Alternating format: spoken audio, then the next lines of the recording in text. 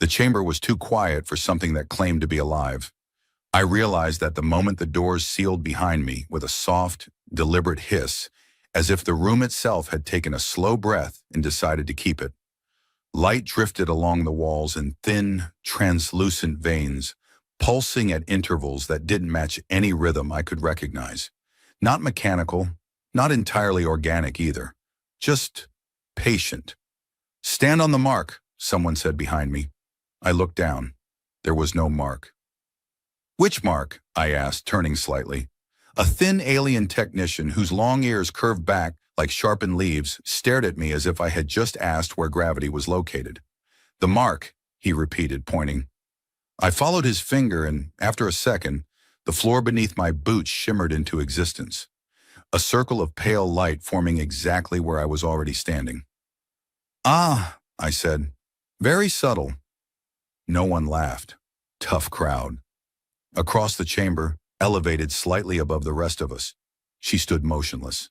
The Queen. I had been told not to look at her directly, which of course made it physically impossible not to. She looked human, in the way a reflection in still water looks human. Familiar but too precise. Her posture was flawless, her expression unreadable, and those long ears rising through her dark hair marked the only obvious difference. Everything else was quiet control. In her hand, she held the device. It wasn't large. That was the unsettling part. For something that supposedly governed decisions older than their empire, it looked almost disappointingly simple. A smooth oval surface, shifting faintly between translucent and solid, like it couldn't decide which state it preferred. Light gathered inside it, coiling slowly. "That thing decides things," I muttered. "It does not decide," the technician corrected sharply. "It reveals." "Of course it does," I said. "Much better." Another technician adjusted something on a floating console. Symbols I couldn't read flickered across its surface, rearranging themselves with a kind of quiet urgency. The air shifted. Not in temperature, not in pressure. Something deeper, like the room had leaned closer. "Scan initiating," someone announced. I resisted the urge to ask if it was too late to leave. The first wave of light passed through me so quickly I almost missed it. A faint shimmer, like stepping through a thin curtain of static. No pain, no sensation at all, really. I blinked. "That's it?" I asked. No one answered. The second wave was different. It lingered. I felt it this time. Not physically, but somewhere just behind my thoughts, as if something had reached into the idea of me, rather than my body. The light slowed as it moved, gathering around my chest, my head, my hands, like it was considering. "That's new," I said quietly. A murmur rippled through the technicians. Not loud, just enough. The device in the Queen's hand brightened. She hadn't moved until now, but I saw it. The slightest shift in her grip, the subtle tightening of her fingers. Her gaze, already fixed on me, sharpened. The light passed through me again, and then it stopped. Not gradually, not gently. It stopped as if it had reached a conclusion and refused to go any further. Silence followed. The kind of silence that isn't empty, but full. Waiting. I cleared my throat. "So, good news, bad news, or we're all pretending this didn't happen news?" No one laughed. I was starting to think that was a cultural thing. The device pulsed once, then it spoke. Not with sound exactly. The words appeared, projected into the air, precise and undeniable, forming themselves in a language I somehow understood, despite never having seen it before. "Chosen mate." I stared at it. Then I looked around, just to be sure it wasn't hovering over someone else. It wasn't. "Ah," I said slowly. "That seems incorrect." Nothing moved. Then everything did. One of the technicians dropped his console. It didn't hit the ground, just hovered there, forgotten, its symbols scattering into incoherent patterns. Another stepped back too quickly and nearly collided with a guard, who reacted by gripping his weapon as if the word itself had attacked him. Across the chamber, a low wave of voices began to rise, quickly suppressed but impossible to ignore. The Queen didn't speak. She didn't need to. Her expression, controlled, distant, unshakable just moments ago, fractured just enough to reveal something beneath it. Not fear, not anger, disbelief. She lowered the device slightly, her eyes never leaving me. I raised a hand, offering what I hoped was a reassuring gesture. In my defense, I said, "I didn't do anything." That was apparently the wrong thing to say. A guard took a step forward. "Do not move," he said. "I wasn't planning to," I replied quickly. "I'm very comfortable right here. Big fan of this exact spot." The words still hung in the air. Chosen mate. They didn't fade. They didn't flicker. They remained steady and absolute, as if the concept of doubt simply didn't apply to them. One of the officials, older, his posture rigid with authority, forced his way through the tension. "Reset the system," he ordered. "It cannot be reset," another voice replied immediately, tight with something close to panic. "Not without..." "Then verify it." "We are verifying it." The device pulsed again, brighter this time. The words did not change. I exhaled slowly, running a hand through my hair. "You know," I said, glancing back at the Queen, "where I'm from, we usually start with introductions before this." For a fraction of a second, just a fraction, I thought I saw it, the faintest movement at the corner of her mouth. Then it was gone, and the room, along with whatever fragile sense of normalcy had existed a minute ago, was gone with it. No one seemed to know what to do with me. That became clear in the first 30 seconds after the words refused to disappear. "Clear the chamber," the older official snapped, his voice carrying just enough authority to cut through the growing noise. No one moved. "Now!" That worked. Technicians scattered like startled birds, their floating consoles snapping back into ordered formations as they retreated. Guards repositioned themselves with practiced precision, forming a loose perimeter that was either meant to protect me or contain me. I decided not to ask which. I remained exactly where I was, mostly because I had a strong feeling that moving would make everything worse. The Queen stepped forward. It wasn't a dramatic movement. No sweeping gestures, no sudden tension, just a single controlled step that somehow made the entire room feel smaller. The device in her hand dimmed slightly as if acknowledging her intent rather than the system's. She stopped a few paces away from me, close enough that I could finally see the details that distance had hidden. The subtle shift of light across her eyes, the faint tension in her jaw, the way her long ears angled ever so slightly backward. She studied me, not like a person, like a problem. I offered a polite nod. "Hello." Silence. I waited a moment. "I'm assuming you heard the part where I didn't do anything." Her gaze didn't change. "The system does not make errors." "Right," I said. "That's what everyone with a system says before it absolutely makes an error." A guard inhaled sharply behind me. The Queen's eyes flicked toward him for the briefest second, and whatever reaction he had been about to express vanished instantly. Then her attention returned to me. "You question it," she said. It wasn't a question. "I question everything," I replied. "It's a habit. Keeps me from accidentally agreeing to things like this." I gestured vaguely toward the glowing words still suspended in the air. Chosen mate. They remained, calm and unbothered by the tension they had caused. The Queen followed my gesture, her expression tightening almost imperceptibly. "This designation," she said slowly, "is not a suggestion." "I figured," I said. "It feels very confident." One of the officials stepped forward, his composure barely holding together. "Your Majesty, we must isolate him immediately. The system's behavior is unprecedented," another finished. "Dangerous," a third added. I raised a hand. "I'd just like to point out that I'm still standing here, not doing anything dangerous." "That is not reassuring," the first official snapped. "Fair," I admitted. The Queen lifted her hand slightly. That was all it took. Every voice in the room stopped. She didn't raise her voice. She didn't need to. "You will not touch him," she said.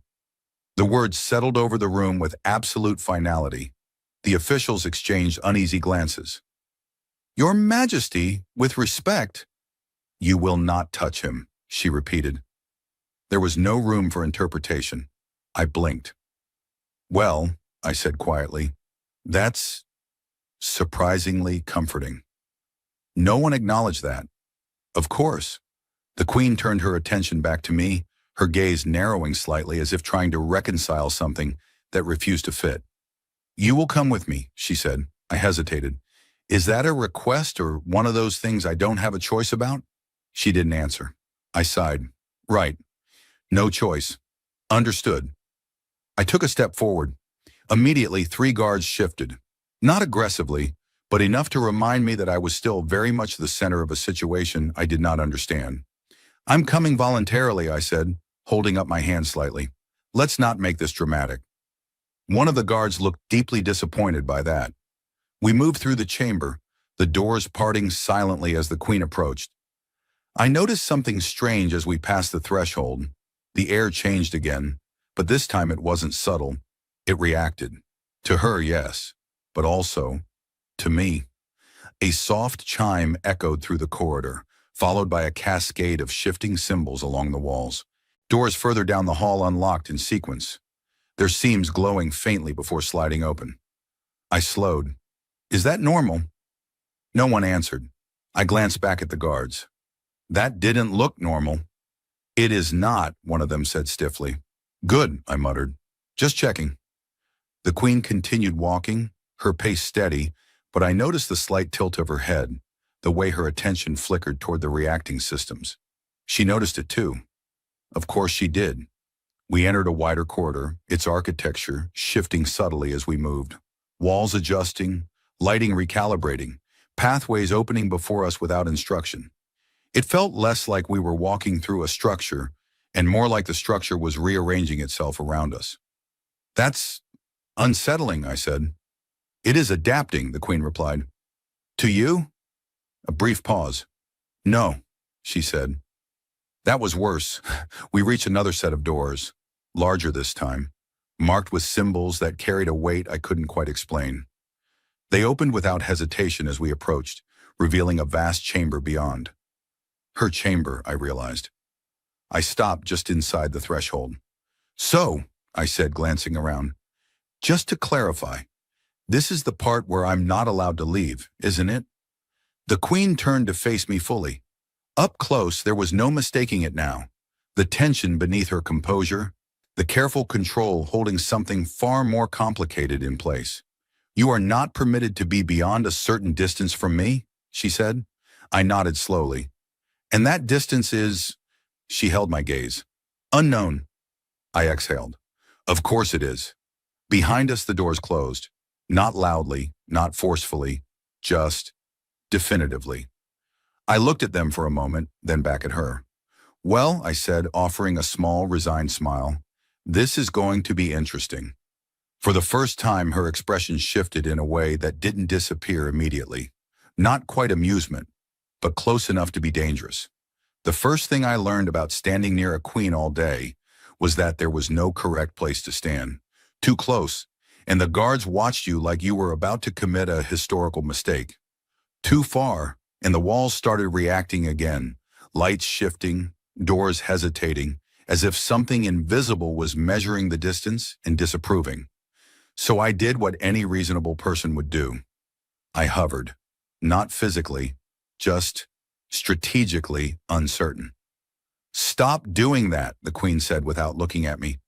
I'm not doing anything, I replied. You are moving without purpose. That's not true, I said. My purpose is to find the exact spot where no one looks like they want to arrest me. Her long ears twitched slightly. I was starting to recognize that as a sign I should probably stop talking. Naturally, I didn't. The throne chamber was even larger than the scanning hall, but unlike the quiet tension of the machine room, this place was alive in a different way. Rows of alien nobles stood in structured formations, their clothing layered with intricate patterns that seemed to shift subtly as they moved. Elevated platforms adjusted height automatically as individuals spoke, as if the room itself respected hierarchy, or enforced it. The Queen took her place at the center, her throne forming behind her like a memory returning. It wasn't built, it assembled. Segments of polished material rose from the floor and locked together seamlessly, shaping into something both elegant and intimidating. I took one cautious step to the side. A low chime echoed. Every head in the room turned. I froze. That wasn't me, I said quickly. It was you, one of the officials muttered. Technically, I said, it was the building reacting to me, which feels like an important distinction. Stand still. I am still. You were not. I am now. The Queen raised her hand slightly. Silence dropped over the room again. She hadn't even sat down yet. That seemed important. You will remain within visual range, she said, her voice carrying effortlessly across the chamber. I glanced around. Visual range is very large. Her eyes shifted toward me, just enough. Closer. Ah, I said, stepping forward. There it is. Clear instructions. I like that. I moved until I was standing just slightly behind and to the side of her throne, close enough to feel the faint hum of whatever energy powered it. Not close enough to be immediately tackled by security. Progress. The court session began. It was exactly as formal as I expected and twice as confusing. Voices rose and fell in controlled patterns, data projections forming in midair, rotating slowly as individuals presented arguments, reports, concerns. I understood about 10% of it, maybe 12 if I focused. At one point, a tall noble with silver-toned skin began speaking rapidly, his hands moving in precise gestures that caused entire streams of symbols to cascade around him. I leaned slightly toward the nearest guard. Is he winning? The guard didn't look at me. This is not a competition. Feels like one. It is not. Are you sure? Yes. Because he looks very confident. The guard inhaled slowly, the kind of inhale that suggested long-term patience was being tested. I nodded. I'll stop. I did not stop. A few moments later, I leaned slightly the other way. What happens if I leave the room? You will not leave the room. Hypothetically. There is no hypothetical. I appreciate your commitment to certainty. The Queen shifted slightly. Not much. But enough. Her hand moved, just a fraction, and the flowing discussion halted mid-sentence. The projections froze in place, suspended like time itself had paused to listen. She turned her head, slowly, toward me. I straightened. Yes? You are speaking during council proceedings, she said. I noticed that, I replied. It seems to be happening, yes. A pause. Several nobles stared at me as if I had just violated a sacred law, which, to be fair, I probably had. Do you understand where you are? She asked. I looked around, taking in the towering architecture, the silent figures, the suspended data. Important place, I said. Very serious. Lots of, standing. A flicker. There it was again, that almost expression. Gone before I could confirm it. You will remain silent, she said. I nodded immediately. Absolutely, silent, completely silent. I clasped my hands together, adopting what I hoped was a convincing posture of non-interference. 5 seconds passed. Then 10. Then, quick question. The guard next to me closed his eyes. The Queen did not turn this time. Is it a life-threatening question? She asked. No, I admitted. Then it can wait. Understood. I paused. Then quietly, it's not urgent. I just didn't want to forget. No response. I nodded to myself. I'll remember it. I did not remember it. The council resumed, but something had shifted. The tension hadn't disappeared, but it had adjusted. Like the room itself was trying to account for my presence and failing to categorize it properly. At one point, a projection expanded too far, its edge drifting toward me. Before it could touch, it stopped. Not because someone controlled it, because it hesitated. Then it curved slightly, redirecting around me. I blinked. Did you see that? I whispered. Yes, the guard said reluctantly. That's new. That is not supposed to happen. Good, I said. I'm glad we're all aligned on that. The Queen had seen it too. I knew she had. She didn't turn. She didn't react outwardly. But the stillness around her deepened. And for the first time since this had started, I got the feeling that I wasn't just a problem. I was a variable. And variables in places like this didn't stay harmless for long. I shifted my weight slightly, careful not to trigger another mysterious reaction. Just so we're clear, I murmured under my breath, I really was just here for a scan. No one answered, but I could have sworn the room itself was listening. The first time the palace opened a restricted door for me, no one noticed. That was probably the only reason I survived it. It happened quietly, almost politely. The council session had ended, the nobles dispersing in carefully controlled clusters, each one pretending they weren't still thinking about me. I stayed where I was, mostly because moving without instruction seemed like the kind of decision that would trigger alarms, guards, or worse, questions. The queen stepped down from her throne, the structure dissolving behind her in smooth, seamless layers. For a moment, the room felt smaller, less formal, still dangerous, but in a quieter way. "You will accompany me," she said. "Of course," I replied. "At this point, I assume I accompany you everywhere." "That assumption is correct." "Good. I like knowing things." We walked. The corridor outside shifted as we moved through it, walls adjusting their angles, lighting softening ahead of her steps. I had almost gotten used to that part. Almost. What I had not gotten used to was the way everything seemed to hesitate around me. We approached a junction, three pathways branching in different directions. The queen turned toward the left corridor without slowing. I followed. Halfway through, I noticed something. A door on the right. It wasn't marked. No symbols, no guards, nothing to suggest it was important, which in a place like this meant it was probably very important. As we passed, it reacted. A soft tone echoed, different from the usual chimes. Lower, deeper. The door opened. Not fully, just enough. I slowed. "Did you—" "Continue walking," the queen said. "I'm just saying," I added, glancing back. "That door definitely just opened for me. It did not open for you. It opened when I was next to it." "That does not mean it opened for you." I nodded. "That's fair. Could be coincidence. Very suspicious coincidence. But still." We continued, except I didn't. Not entirely. I took one small step back. The door opened wider. I stared at it. Then at the queen. She had stopped. Slowly she turned. "You stepped away," she said. "Yes."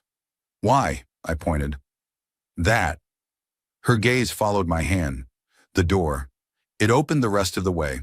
Silently. Inside, faint light flickered. Dim. Layered with something that looked older than the rest of the palace. Not just physically older. Structurally different. Less responsive. More fixed.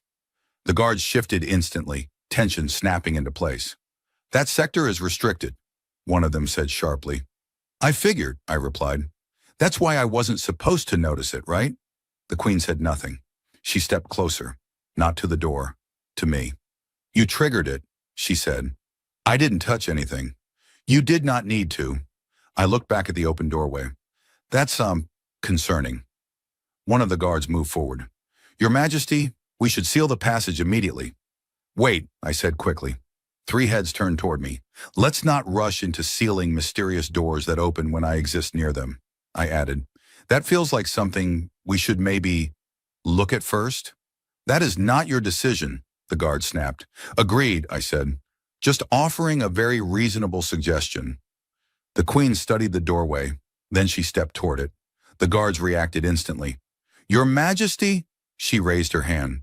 They stopped. Of course they did. She stood at the threshold, the faint light inside reflecting across her face. For a moment she didn't move. Then she glanced back at me. "Stay where you are." I took a step forward. "Close enough," I said. Her eyes narrowed slightly. Not anger. Calculation. "You will not cross without instruction." "I understand," I said. "I just want to be supportively nearby." A pause, then she turned back to the doorway. Carefully, she extended her hand toward the threshold. The light flickered, and then nothing, no reaction. She stepped inside. The room beyond did not respond to her presence. I waited. 1 second. 2.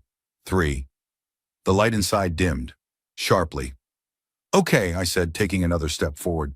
"That feels like a bad sign." "Do not," one of the guards began. Too late. I crossed the threshold. The moment my foot touched the floor inside, everything changed. The lights surged, not softly, not gradually. They snapped to full brightness, flooding the space in a wave of energy that rippled outward, climbing the walls, activating dormant systems in rapid succession. Symbols ignited across the surfaces, ancient patterns reassembling themselves as if waking from a long sleep. The queen turned sharply.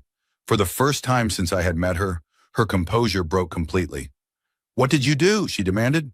"I walked," I said. "I walked in. That chamber has been inactive for generations." "Well," I said, looking around as the systems continued to awaken, "it seems very active now." A low hum filled the room, deep and resonant, not mechanical, familiar. I swallowed. "That's the same sound," I said quietly. "The system," she replied. The walls pulsed. Light converged toward the center of the chamber, gathering into a single point, forming something structured, recognizable. I took a slow step back. "Just to clarify," I said, "I didn't mean to activate another ancient thing." The light intensified, and then once again, words formed, not above us, between us, closer this time, more precise. "Bound link confirmed." I stared at it, then at her. "I think it likes me," I said. No one laughed. Again, the chamber did not turn off. That was the first problem. The second problem was that everyone was looking at me like I had just pressed a very expensive button that no one knew existed. The light between us held steady, the words refusing to dissolve this time. Not fading, not flickering, just staying. "Bound link confirmed," I pointed at it. "So that's new." No one responded. I nodded. "Great. We're all processing." The guards shifted uneasily, their formation tightening, but none of them crossed the threshold. That seemed important. Either they weren't allowed to enter, or they had suddenly decided I was safer inside the mysterious glowing room than they were. I wasn't sure which one made me feel better. The queen stepped forward, fully inside this time. The light reacted instantly, intensifying, but not aggressively. It wasn't resisting her anymore. It was acknowledging her. The symbols along the walls adjusted, realigning into patterns that seemed to revolve around both of us rather than just her. She noticed it. Of course she did.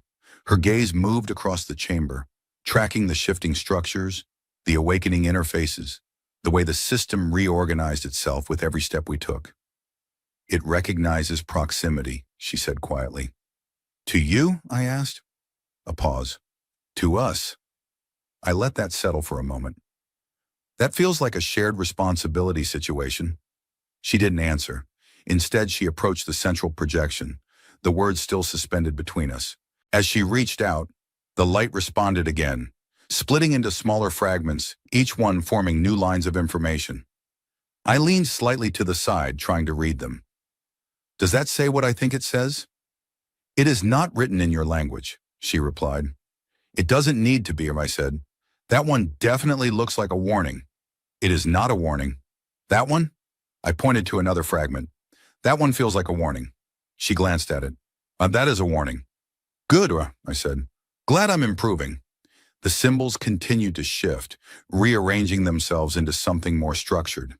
A sequence. Not random, not chaotic, intentional. The queen's expression changed again, not breaking this time but sharpening, focusing. "This is a core archive," she said. "Of course it is," I replied.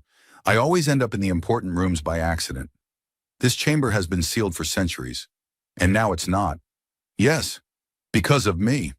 "Yes," I nodded slowly. "I'm starting to see a pattern I don't like." The hum deepened, not louder, closer. The walls pulsed once more, and then the chamber did something I hadn't expected. It adjusted the space between us. Not physically, not by moving the floor or the walls, but by correcting it. I took a small step backward. The light flickered. Then the floor beneath me shifted slightly. Not enough to throw me off balance, but enough to guide me forward again. I stopped. "That's new," I said. "You are not meant to increase distance," the queen said. "I noticed," I replied. "Very subtle architecture." I tried again, one cautious step back. This time the reaction was immediate. The light dimmed sharply, the symbols along the walls destabilizing for a fraction of a second before snapping back into place. The hum changed, not louder, strained. I stepped forward again. Everything stabilized. Okay, I said slowly. That's not just proximity. That's enforcement. The Queen's eyes remained fixed on the shifting patterns. The system is maintaining equilibrium. Between what? She didn't answer immediately. Then quietly, between us. I exhaled. That sounds like something I should be concerned about. You should. Good, I said. Just checking. One of the guards finally spoke from the doorway, his voice tight. Your Majesty, we must secure this chamber. This is beyond standard protocol. Everything about this is beyond standard protocol, I called back. We've established that. He did not appreciate that. The Queen turned slightly, just enough to acknowledge him. No one enters, she said. Your Majesty, no one. That ended the discussion. I looked back at the projection. So what happens now? The question felt heavier this time. Not casual, not rhetorical. She studied the symbols, her gaze moving faster now, connecting things I couldn't even begin to understand. The system is not reacting randomly, she said. It is following a sequence. Of course it is. It is progressing. Toward what? A pause, then she looked at me. Not through me, at me. Integration. I blinked. That sounds like a big word. It is. What does it mean? Another pause. Longer this time. It means, she said carefully, this is only the beginning. I nodded slowly. Right. That's exactly what I was afraid of. The chamber pulsed again, softer now, almost satisfied.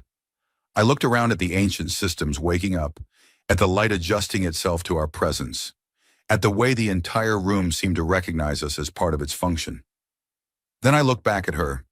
So, I said, folding my arms slightly, just to be clear, I gestured at the glowing words, the shifting symbols, the humming space around us. This isn't something we can just turn off, is it? She held my gaze. No. I sighed. Of course it isn't. The chamber did not release us immediately. That was not entirely surprising.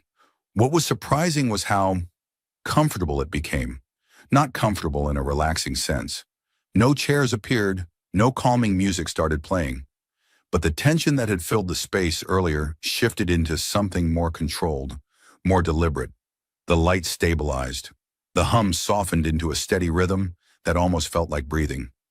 I glanced around. It's less threatening now. It has adjusted, the Queen said. To us? Yes, I nodded. I'm starting to feel like that's not a good thing. She didn't respond. Her attention remained fixed on the floating structures, the fragments of ancient Dota slowly reorganizing themselves into readable formations. Every few seconds, new symbols surfaced, aligned, then dissolved again, like the system was deciding how much to reveal. I took a cautious step to the side. Nothing reacted. I paused. Okay, that's progress. I took another step. Still nothing. I looked back at her. Either it's getting used to me, or I've finally learned how to stand correctly. You are within the acceptable range, she said. Of course I am.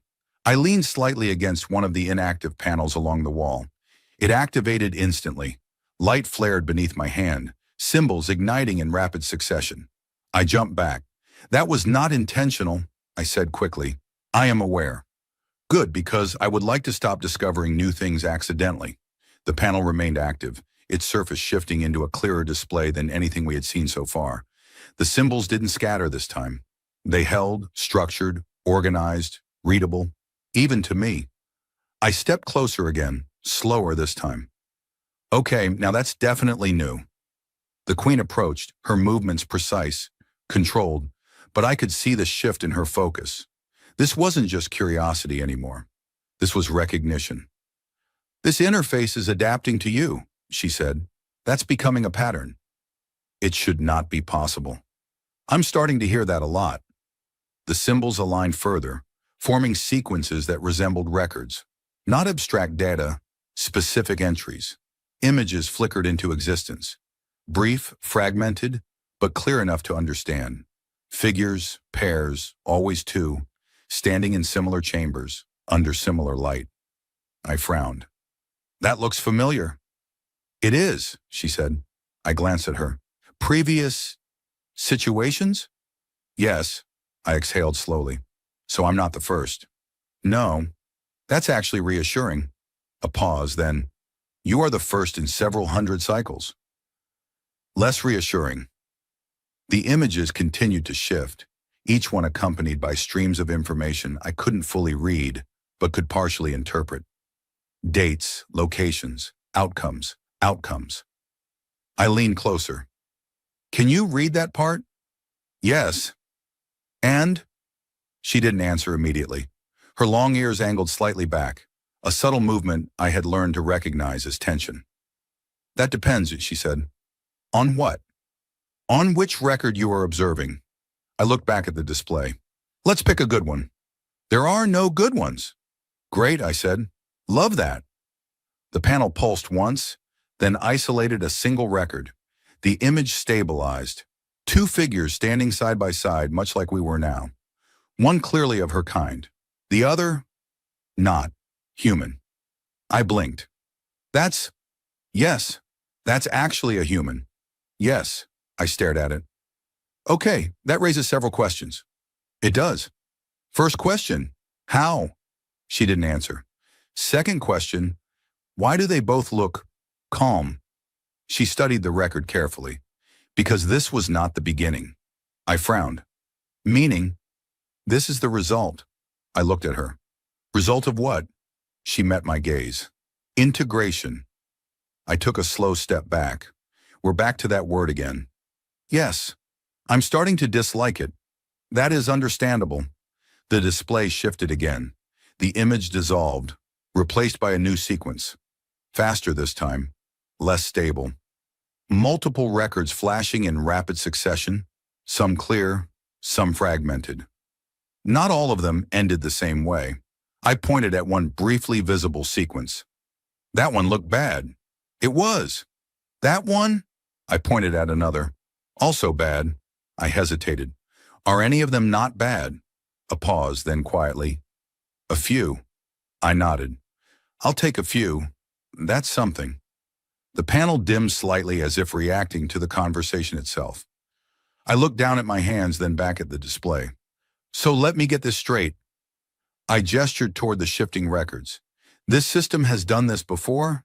It picks someone, forces proximity, starts, whatever this is, yes. And then eventually it reaches integration, yes. And that can go various ways, yes. I exhaled. That's not a lot of certainty. No, I glanced at her. You seem very calm about this. I am not calm. That's fair, I said. You hide it well. A brief silence settled between us. Not uncomfortable, just aware. The system pulsed again, softer this time, as if acknowledging something we hadn't said out loud. I shifted my weight slightly, careful not to trigger another accidental activation. So, I said, what happens if we just don't do anything? She looked at me, not confused, not dismissive, thoughtful. The system will continue, she said. Without us? No, I sighed. Of course not. It requires participation. I didn't sign up for participation. It does not require consent. Yeah, I said quietly. I was afraid of that.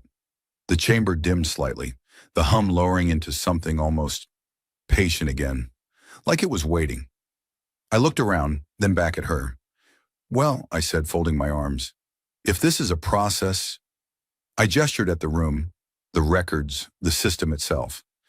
Then I'd really like to know what step we're on. She didn't answer immediately.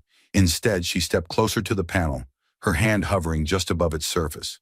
The symbols shifted again, rearranging, clarifying. Then she spoke. The first. I nodded slowly. Good, I said. Plenty of time to panic later. For a moment, nothing happened. Then, very faintly, she almost smiled. The chamber finally let us leave. Not because we forced it, Because it decided we could. The light dimmed gradually, the hum settling into something quieter, almost satisfied. The words that had hovered between us dissolved for the first time since they had appeared, breaking apart into fragments that faded into the walls like they had never existed. I stared at the empty space. That feels like the system just finished a sentence. It did not finish, she said. It paused. Of course it did, I muttered. Why would anything ever finish? The doors opened. This time no hesitation, no resistance. Just a smooth, deliberate motion, like the palace itself had come to an agreement with something older than it. We stepped out together, and for the first time since all of this had started, the corridors didn't react. No lights shifting, no doors opening unexpectedly, no quiet chimes announcing my existence like I was a walking anomaly. I slowed slightly. That's, new. The system has recalibrated, she said. Meaning? It no longer needs to correct proximity. I nodded slowly. So I'm not going to accidentally activate ancient doors anymore? Unlikely. Good on, I said. I was running out of excuses. The guards fell into formation behind us, more cautious now, less certain. They watched me differently, not like a threat, not like a mistake, like something they didn't fully understand yet. That made two of us. When we returned to the central chamber, the court was already assembled. Of course it was. They had been waiting. The moment we entered, every conversation stopped. Every movement stilled. Dozens of eyes fixed on us, searching for answers we didn't have. Or maybe answers we did. The queen walked forward, her posture as composed as ever. But something had changed. It wasn't visible in the usual ways. Not in her expression, not in her movements. It was in the way the room responded. Not out of fear, out of certainty. I followed, a step behind and slightly to her side. Not because I had to, because I chose to. That was new too. We reached the center. The silence stretched. Then one of the officials stepped forward, his voice tight with controlled urgency. Your Majesty, the system is functioning, she said. He hesitated. With respect, it has identified a human as, I am aware. Another official spoke, more cautiously. The designation cannot be ignored. No, she agreed. A pause, then, but it can be interpreted. That caused a ripple, subtle but unmistakable. I leaned slightly toward her. That sounds like you're about to say something important. I am. Good, right? I said. No pressure. She ignored that. Of course she did. Her gaze moved across the court, steady, deliberate. The system has not made an error, she said. It has initiated a process. Murmurs, quickly suppressed. It has done so before, she continued, and each time the outcome has depended not on the system itself, but on those within it. The officials exchanged uneasy glances. I shifted my weight slightly. That's the part where we're involved, isn't it? She didn't look at me. Yes. Thought so. One of the nobles stepped forward, his tone sharper now. Your Majesty, the implications of this are significant, she finished. I agree. Then action must be taken. It will be. A pause, then she turned. Not to the court, to me. For a moment, the entire room seemed to hold its breath. I straightened slightly. Should I be concerned? Possibly. Fair. Her eyes met mine, and for the first time since this had begun, there was no distance in them. No analysis, no guarded calculation, just clarity. The system chose, she said, but it does not define. I blinked. That sounds like a very careful sentence. It is an accurate one. I nodded slowly. So, we're not following it blindly. No. Good, I said. I prefer having some say in my life-threatening situations. A faint shift at the corner of her mouth. There it was again, not hidden this time. The court noticed. Of course they did. And that changed everything. She turned back to them. This process will continue, she said, but it will do so under my authority. No one argued, not directly, but the tension remained, coiled beneath the surface. I glanced around, then back at her. So what happens to me? She considered that, not as a ruler, as someone making a decision. You remain, she said. Here? Yes. Near you? Yes. I nodded. That part I figured out already.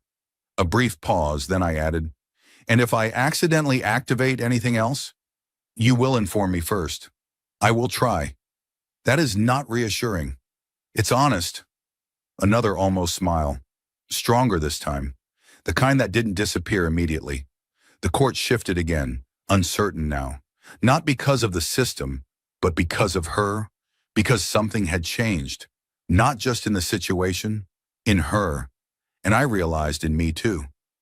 I looked at the chamber, the towering structures, the silent figures, the weight of something much larger than either of us. Then I looked back at her. You know, I said quietly, where I'm from, this would be considered a very complicated situation. She tilted her head slightly. And here?